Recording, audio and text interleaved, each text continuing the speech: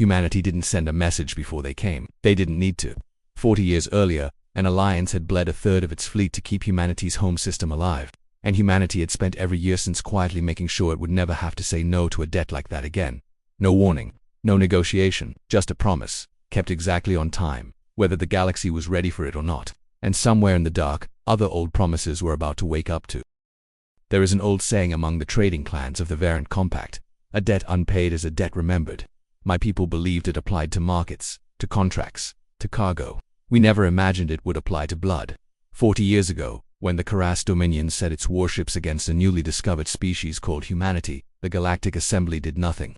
Earth was young, unranked, and worth less than the trade routes the Assembly didn't want to jeopardize. My clan disagreed. We broke from the Assembly's neutrality and sent our fleet a third of everything we had to hold a line above a world we had known for less than a decade. We lost 1,100 ships doing it.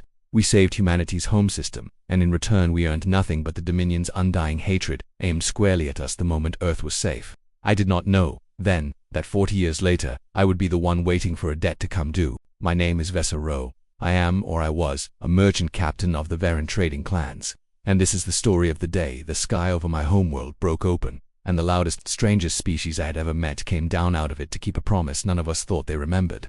The Dominion came for Ethera, my homeworld. In the dead of our longest season, when the twin suns barely cleared the horizon and the fields lay dormant under frost, they came the way they always did, methodically, without anger, treating conquest as a transaction to be closed efficiently. For 11 days they burned our orbital stations one by one. For 11 days we begged the Assembly for aid, invoking every treaty, every alliance, every old debt we could name. The Assembly's answer was the same silence it had always given anyone too small to matter. I stood in the command bunker beneath Ethera's capital, watching the tactical display fill with red.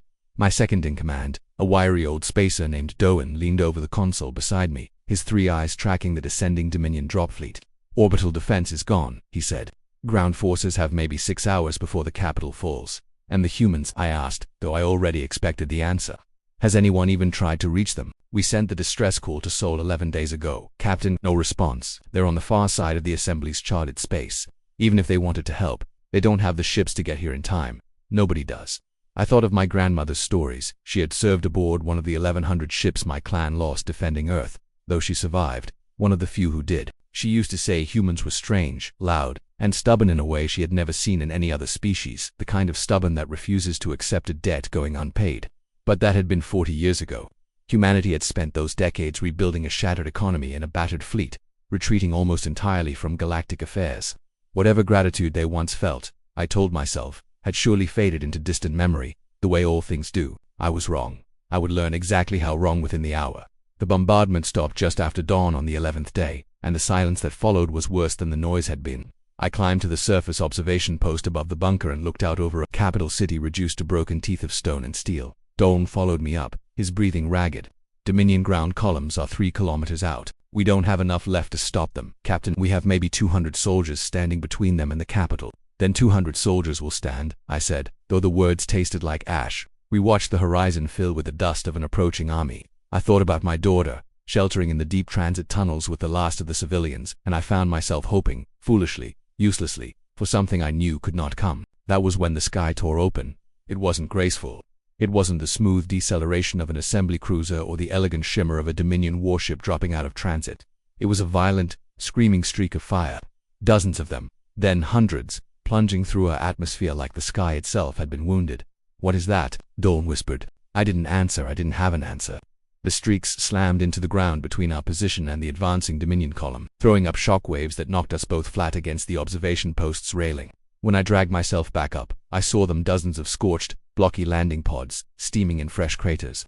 Utterly unlike anything the Assembly or the Dominion had ever built. The nearest pod's hatch blew outward with a violent crack, and a figure stepped out. Bulky armor, matte and unreflective, a weapon in its hands that looked less like a weapon than a tool built to solve a problem through sheer stubborn force. "Donai," said quietly, "get me a translator channel now." The Dominion column, which moments before had been advancing with total confidence, staggered to a halt as more pods slammed down around them, human soldiers pouring out in ragged, aggressive formations that bore no resemblance to any doctrine I had ever studied. There was no elegance to it. There was only violence, applied with total, unrelenting commitment. I watched through the observation post's optics as a Dominion Strider, a four-legged war machine easily capable of leveling a city block, turned its cannon toward a lone human soldier. The soldier didn't run.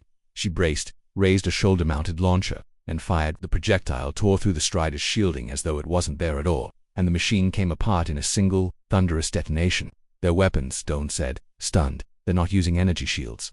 They're not even trying to bypass Dominion defenses elegantly. They're just overwhelming them.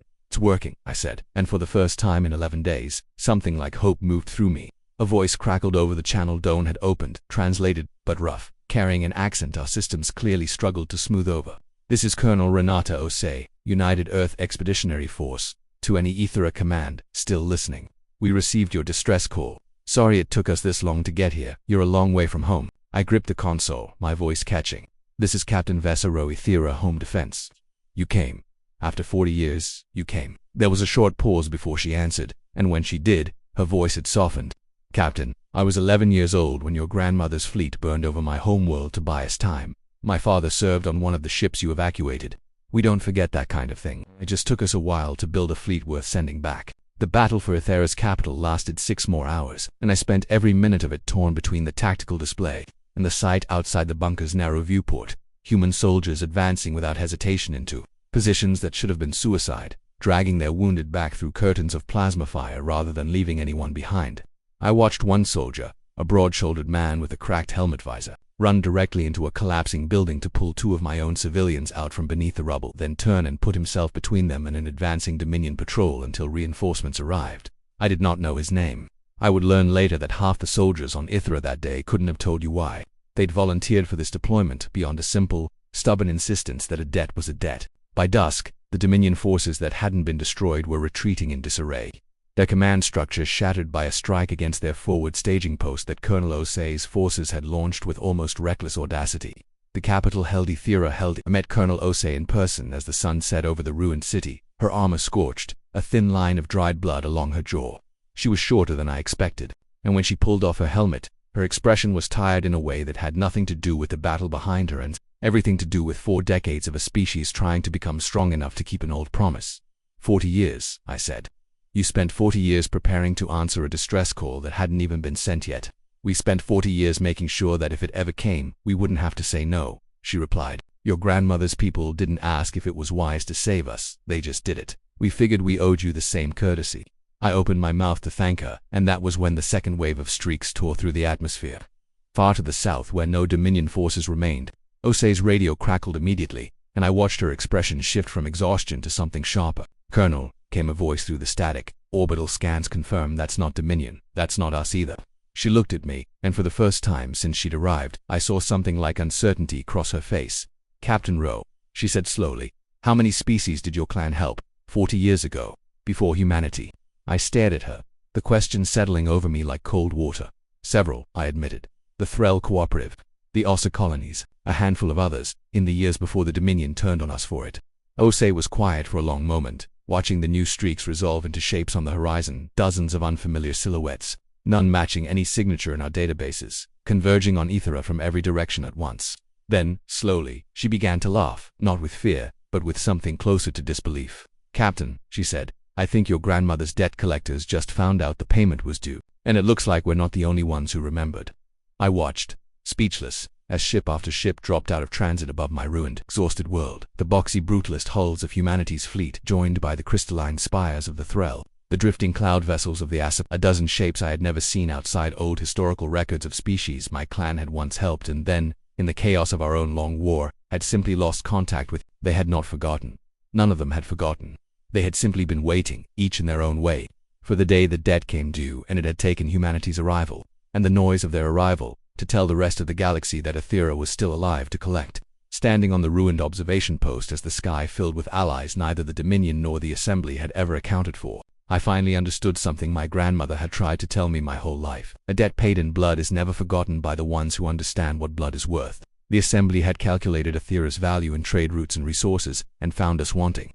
Every species now filling our sky had calculated our value in something else entirely, in a promise kept, decades after anyone would have blamed them for letting it fade. Humanity had come loud, and blunt, and utterly without elegance, exactly as my grandmother had described them 40 years before. But they had come, and in coming they had reminded an entire sector of species that debts of survival are the only debts worth keeping, and for the first time the galaxy understood what it truly meant to be human. If this story moved you, subscribe for more human stories from the stars.